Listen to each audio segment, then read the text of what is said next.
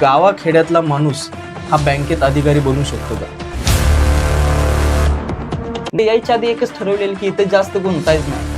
इथनं जितक्या लवकरात लवकर बाहेर पडेल तेवढं बाहेर पडायचं आहे. मग बँकिंग असं क्षेत्र आहे की जिथं एका सिलेबसवर तुम्हाला वर्षभरात एक 25 एक्झाम देता येतात. मोठा फायदा म्हणजे काउन्सिलिंग.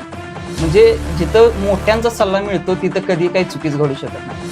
मी बोललो नाही मला आता तिथं सहन नाही होत, तर ते बोलले जा काय होतंय, मरशील जास्तीत जास्त, मेलाच तर चालतंय म्हणले. अजून एक काय म्हणले, तो बघतोय आम्हाला. कुठं तर लहान भावाला शिकता यावं म्हणून मोठ्या भावानं तो सॅक्रिफाईस केला. त्यानं प्रायव्हेट बँक जॉईन केली, ॲक्सिस बँकमध्ये. तो मी सुद्धा ही चूक केली की एखादी एक्झाम पर्टिक्युलर टार्गेट केली, ही एक्झामची नोटिफिकेशन आले तर आपल्याला ही एक्झाम आता क्रॅक करायची का? तर हीच तर परीक्षा असते. म्हणजे तुम्ही एक्झाम देता ही तुमची परीक्षा नसते. तुम्ही इथल्या एन्व्हायरमेंटशी कसं कोपअप करून राहता ही तुमची खरी परीक्षा आहे. की नेमकी माझा प्रॉब्लेम हा होतो की मी टेस्टला इथं तर 90% येते, पेपरला तर ते येत नाही. हे नेमकी याच्यासाठी तुम्ही काय सांगता? सोशल मीडियाचं डिस्ट्रॅक्शन कधीच ठेवायचं नाही. बाहेरून ॲप्लाय करतोय की महाराष्ट्रातून ॲप्लाय करतोय हे इम्पॉर्टंट नाही. आजच्या परिस्थितीत आपल्याला जॉब महत्त्वाचा आहे, तो पण सरकारी जॉब पाहिजे.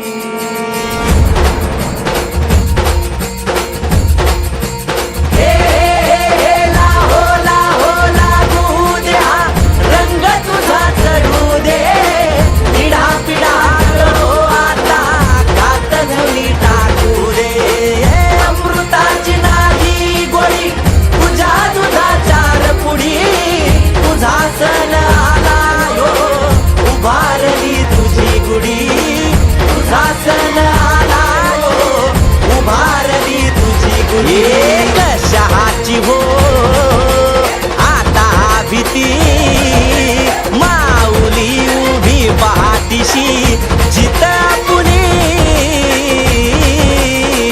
तू घेणार भरारी,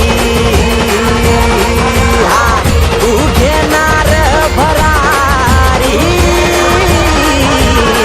तू घेणार भरारी.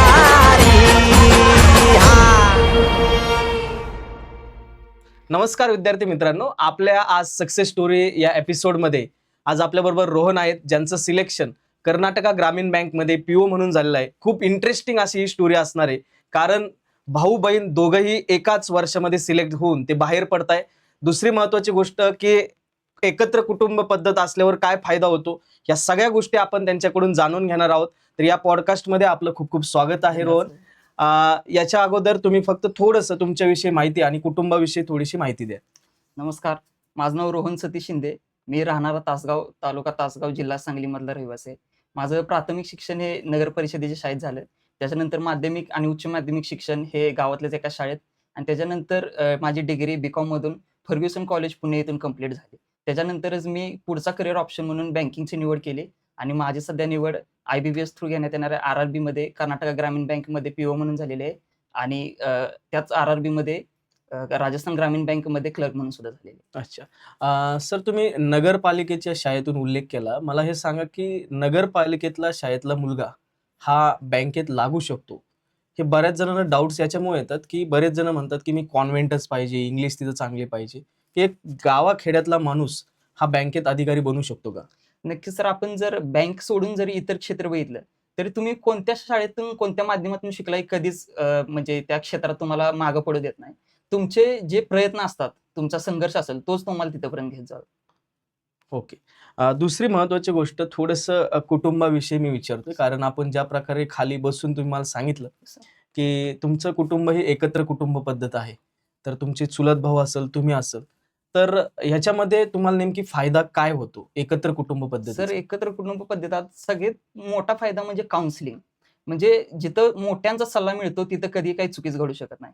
म्हणजे तुम्ही तुमच्या करिअर ऑप्शनमध्ये पुढे काय घ्यावं किंवा काही चुका करू नये, ज्या त्यांनी केल्या त्या तुम्ही करू नये, हे जे सल्ला भेटतो तोच कुठेतरी पुढे जाऊन फायद्याचा ठरतो. अच्छा. दुसरी एक महत्त्वाची गोष्ट की ज्यावेळेस तुम्ही हे निवडलं क्षेत्र, तुम्ही एक फर्ग्युसन कॉलेजमधून बिलॉंग करताय आणि तुम्ही मला बोलले की सर मला बँकिंग विषयी काही माहिती नव्हतं.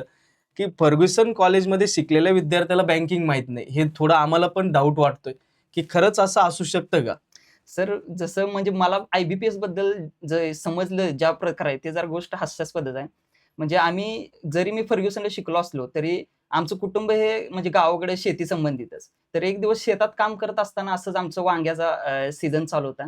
तर काम करत असताना तिथं मला समजलं, की IBPS नावाची एक परीक्षा असते आणि आमच्यापैकीच एक सीनियर आमचा एक होता, की तो त्यातून सिलेक्ट झालाय. तर मोठ्या भावाने सांगितले, की अशी-अशी एक परीक्षा आहे.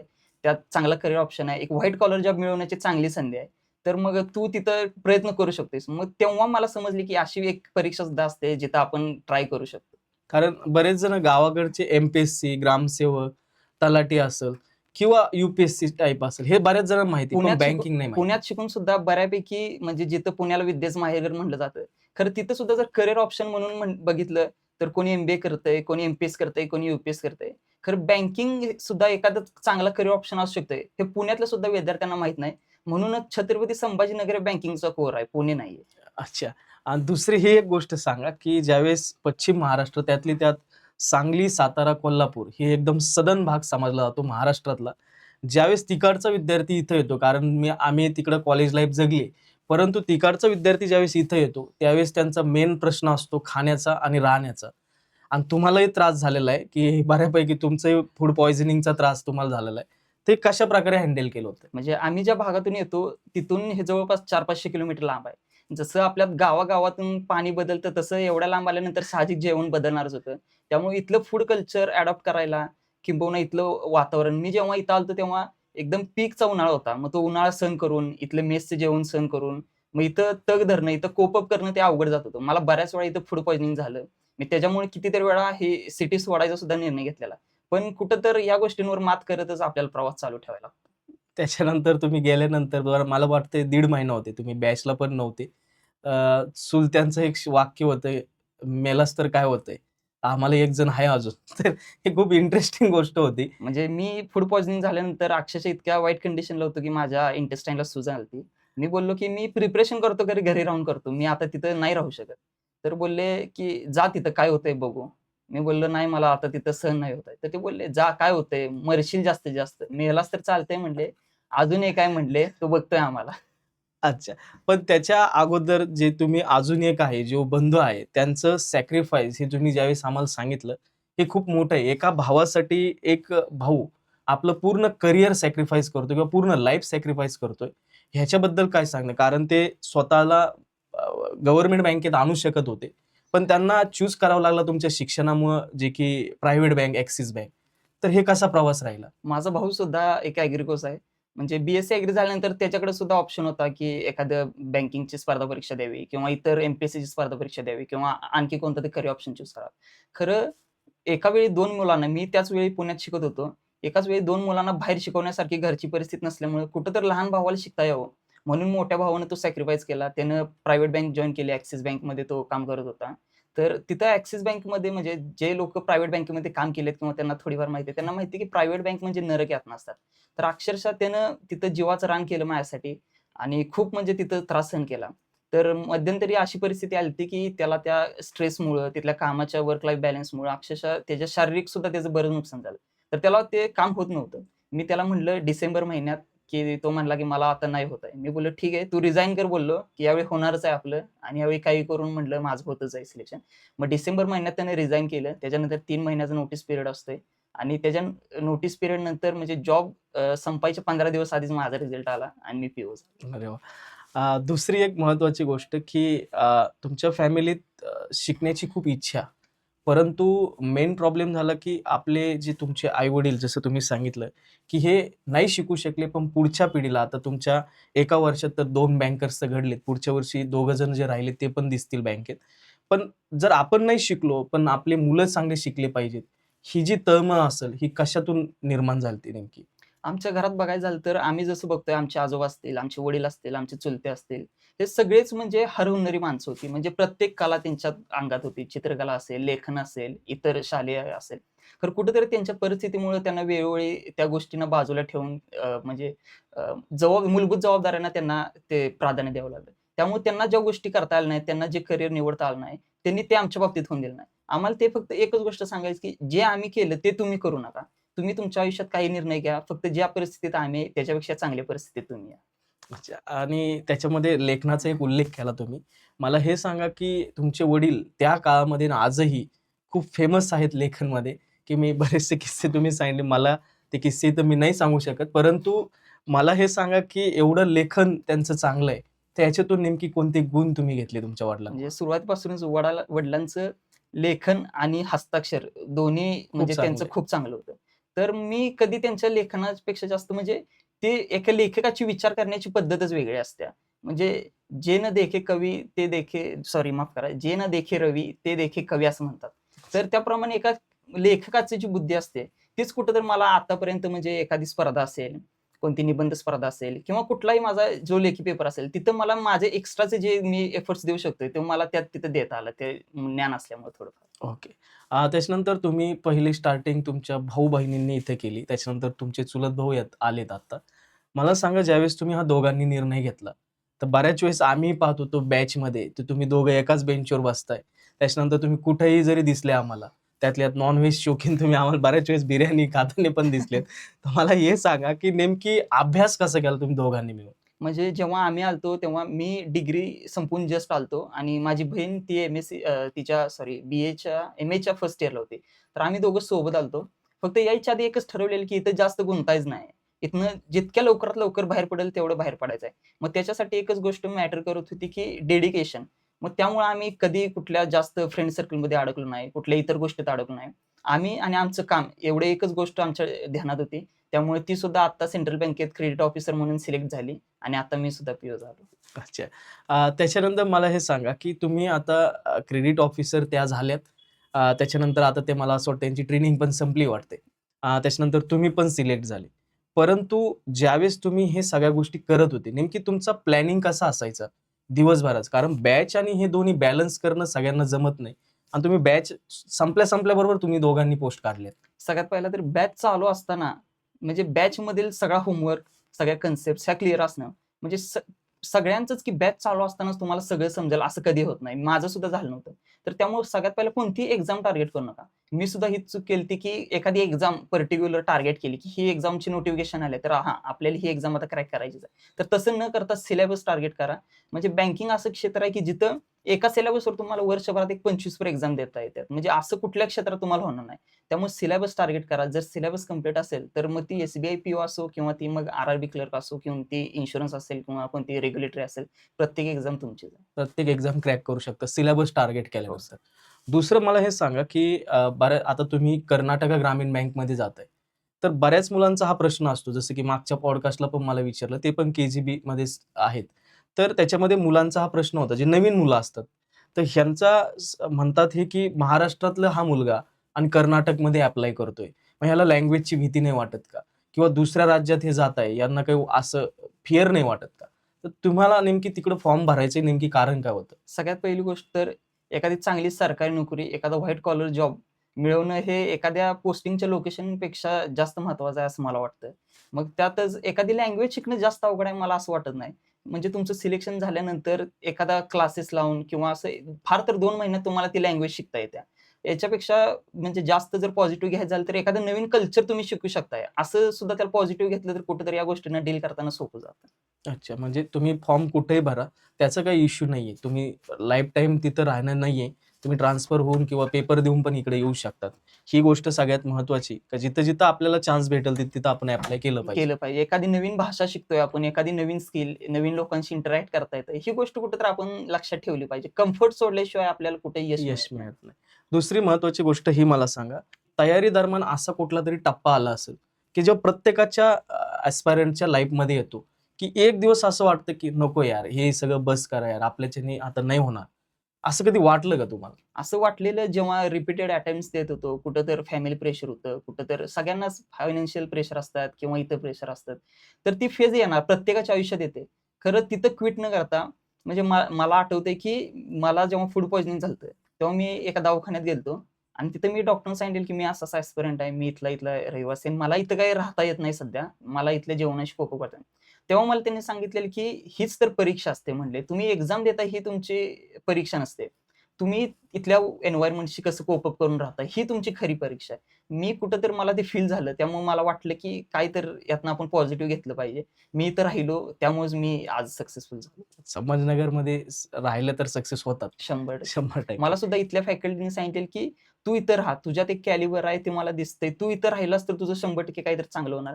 मला फक्त मी सिटी सोडलेली. फक्त खरं इथल्या शिक्षकांच्या शब्दावरती की तुझं इथं चांगलं होईल, भलं होईल म्हणून इथं राहा.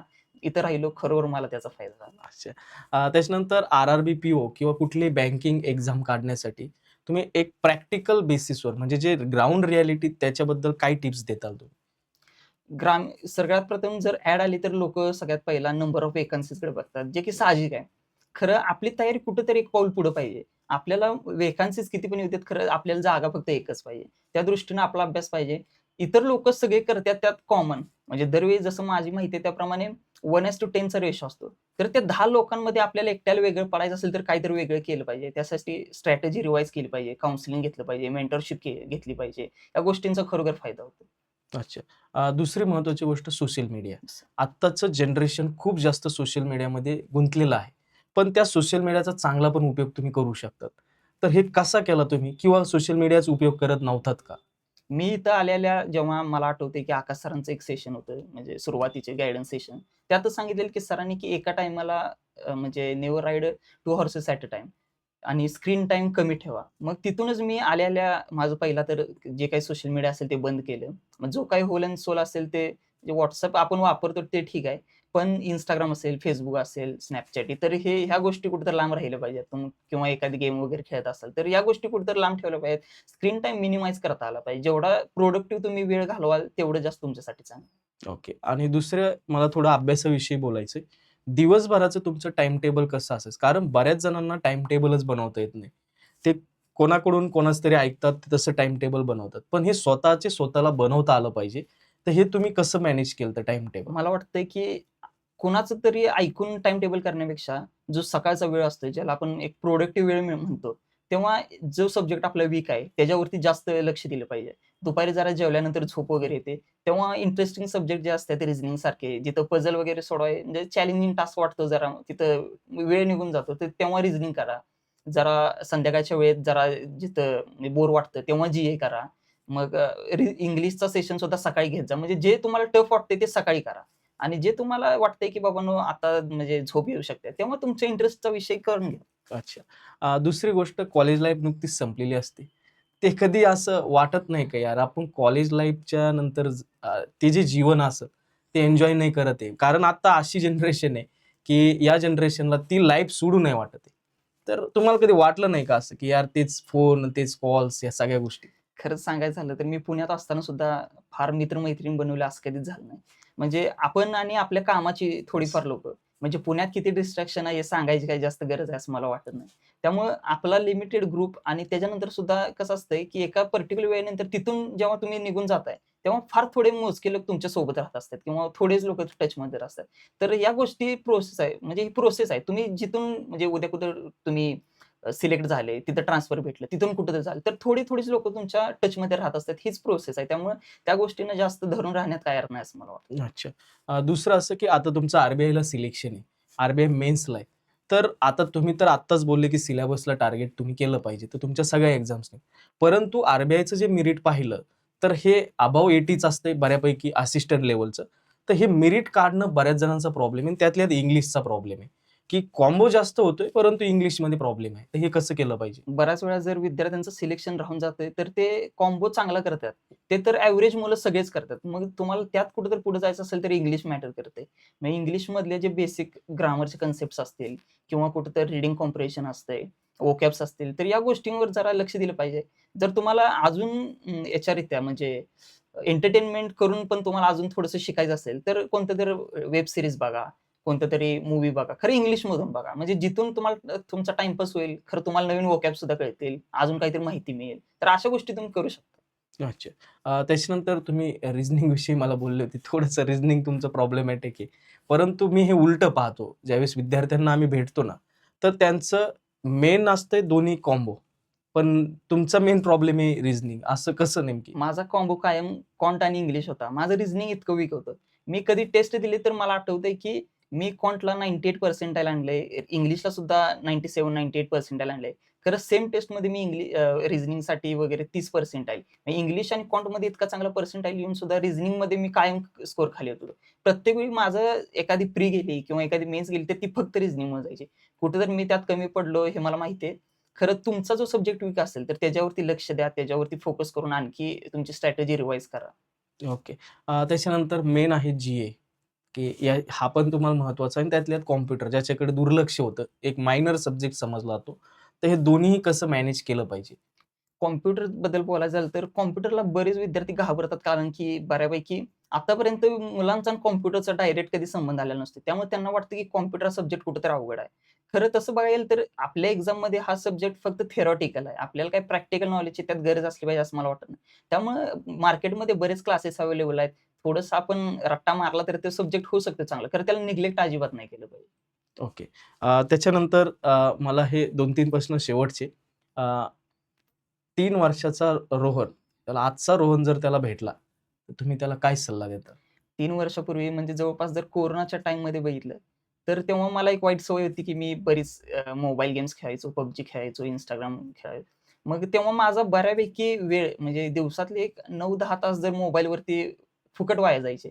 तर तो वेळ कुठेतरी मी चांगल्या गोष्टीत म्हणजे मी गुंतवला असता, तर अजून काहीतरी आता मला चांगलं मिळू शकलं असतं असं मला वाटतं. RRB तर चांगलेच आहे. नक्कीच तुमचं RBIमध्ये सिलेक्शन होईल पहा. त्याच्यानंतर माझा शेवटचा प्रश्न असेल, की जे नवीन विद्यार्थी आणि जुने विद्यार्थी असे 2 टाइपचे विद्यार्थी असतात. मेन होतं, की बॅच करताना त्यांना खूप सारा प्रेशर येतो. एखादी मॉक दिली, त्यांचा स्कोर कमी आलेला असतो. तर ते स्कोरला पण घाबरतात. दुसरी गोष्ट जुन्यांचा पण तोच प्रॉब्लेम आहे. सर, की नेमकी माझा प्रॉब्लेम हा होतो, की मी टेस्टला इथं तर 90% येतंय, पेपरला तर ते येत नाही. हे नेमकी याच्यासाठी तुम्ही काय सांगता? बऱ्याच वेळा जर सपोज एखादा फ्रेशर विद्यार्थी असेल, की मॉक देतोय, तर मॉक देताना विद्यार्थी कधी स्कोर बघतात, कधी पर्सेंटाईल बघतात. खरं एखाद्या मॉकमध्ये स्कोर कमी आला किंवा पर्सेंटाईल कमी आला तर घाबरून जातात. माझ्यासोबत पण झालं होतं. कधी-कधी स्कोर कमी आला तर नंतर एखादी मॉक देताना माझी हिंमत नाही व्हायची. तर ही गोष्ट होत राहते. म्हणजे हीच प्रोसेस आहे. तुमच्या जर्नीतली ही प्रोसेस आहे. तुम्हाला मॉकमध्ये जुन्या विद्यार्थ्यांसाठी सपोज मॉकमध्ये चांगले येतात. खरं ॲक्चुअल एक्झाममध्ये डेस्कवरती गेल्यावरती कुठेतरी बर्डन येतंय, कुठेतरी तिथं टेन्शन आल्यासारखं होतंय. म्हणजे डोकं काम नाही करत. ही गोष्ट होते माझ्यासोबत पण झाली. खरं हीच ॲक्चुअल म्हणजे एक्झाम हीच आहे, की तिथं गेल्यावरती तुम्ही शांत कसं राहताय. तिथं तुमचे जे म्हणजे प्रीचे सपोज 1 तास असतील, तर त्या 1 तासात तुम्ही काय करताय हे महत्वाचं आहे. तुम्ही मॉकमध्ये काय केलं हे कधीच महत्त्वाचं नाही. तुमचं डोकं जितकं शांत असेल, तितकं तुम्ही चांगलं स्कोर करू शकता. अच्छा. जाता-जाता शेवटी मला एकच म्हणायचंय, ज्या प्रकारे तासगावचं एक व्यक्तिमत्व होतं, ते म्हणजेच पाटील. आर.आर. पाटील, ज्यांची मूर्ती लहान होती, पण कीर्ती खूप महान होती. तसं तुमच्याकडे पाहिल्यावर आम्हाला थोडंसं त्यांची आठवण येते, की मूर्ती लहान आहे, पण कीर्ती खूप महान आहे. कारण एका वर्षात सिलेक्शन होऊन दोघंही बहीण आणि भाऊ हे दोघंही बाहेर पडलेले आहेत. त्याच्यानंतर जाता-जाता मला हे सांगा, की शेवटचे जे 2 जण राहिलेले तुमचे भाऊ, तर हे तुम्हाला नेमक्या अभ्यासात किंवा तुम्ही त्यांना नेमके मार्गदर्शन कसं करता? मला सगळ्यात पहिलं म्हणजे ही बँकिंग काय हे माहीत नव्हतं मला हे त्यांच्याकडूनच कळालंय. त्यामुळे त्यांनी मला इथपर्यंत आणलं, मला शिकवलं, मला सगळा फायनान्शियल एड असेल, इतर मदत असेल, सगळी त्यांनी पुरवली. त्यामुळे आता ही माझं कर्तव्य मी समजतो, की मी त्यांना कुठेतरी पुढे घेऊन गेलं पाहिजे, कुठेतरी त्यांना माझा आधार भेटला पाहिजे. त्यामुळे इथनं पुढे त्यांना शिकवणं माझी प्रायोरिटी असेल आणि त्यांच्यासाठी काहीतरी करणं माझी जबाबदारी समजतो. ओके. तर ह्या पॉडकास्टमधून तुम्हाला 2-3 गोष्टी घ्यायच्या आहेत. पहिलं म्हणजेच सोशल मीडियाचं डिस्ट्रॅक्शन कधीच ठेवायचं नाहीये. आपण आलोय अभ्यासाला तर अभ्यासच करा. पण त्याचबरोबर आपण एक एन्जॉय करत-करत आपल्याला अभ्यास करायचा आहे. दुसरी महत्त्वाची गोष्ट ते म्हणजेच फ्रेंड सर्कल तुमचं खूप मॅटर करत असतं याच्यामध्ये, की तुमचे चांगले फ्रेंड्स तुमच्याबरोबर असले पाहिजेत, जे की तुम्हाला डिस्कशन असेल, बाकीच्या ज्या अभ्यासाच्या गोष्टी असतील त्याच तिथं होतील. आणि तिसरं म्हणजेच आपण बाहेरून ॲप्लाय करतोय, की महाराष्ट्रातून ॲप्लाय करतोय, हे इम्पोर्टंट नाही. आजच्या परिस्थितीत आपल्याला जॉब महत्त्वाचा आहे, तो पण सरकारी जॉब पाहिजे. तर ह्या गोष्टी आपल्याला त्यांच्याकडून शिकायच्या आहेत. तर ह्या नक्कीच तुम्ही या पॉडकास्टमधून घेताल आणि पुढच्या पॉडकास्टमध्ये आपण अशाच चांगल्या व्यक्तिमत्वाला आपण घेऊन येऊया. इथं आल्याबद्दल तुमचं रोहन खूप खूप आभारी आहोत. तुम्हाला RBI साठी खूप खूप टीम संकल्पतर्फे खूप खूप शुभेच्छा. धन्यवाद सर मला इथं बोलवल्याबद्दल. धन्यवाद. Thank you.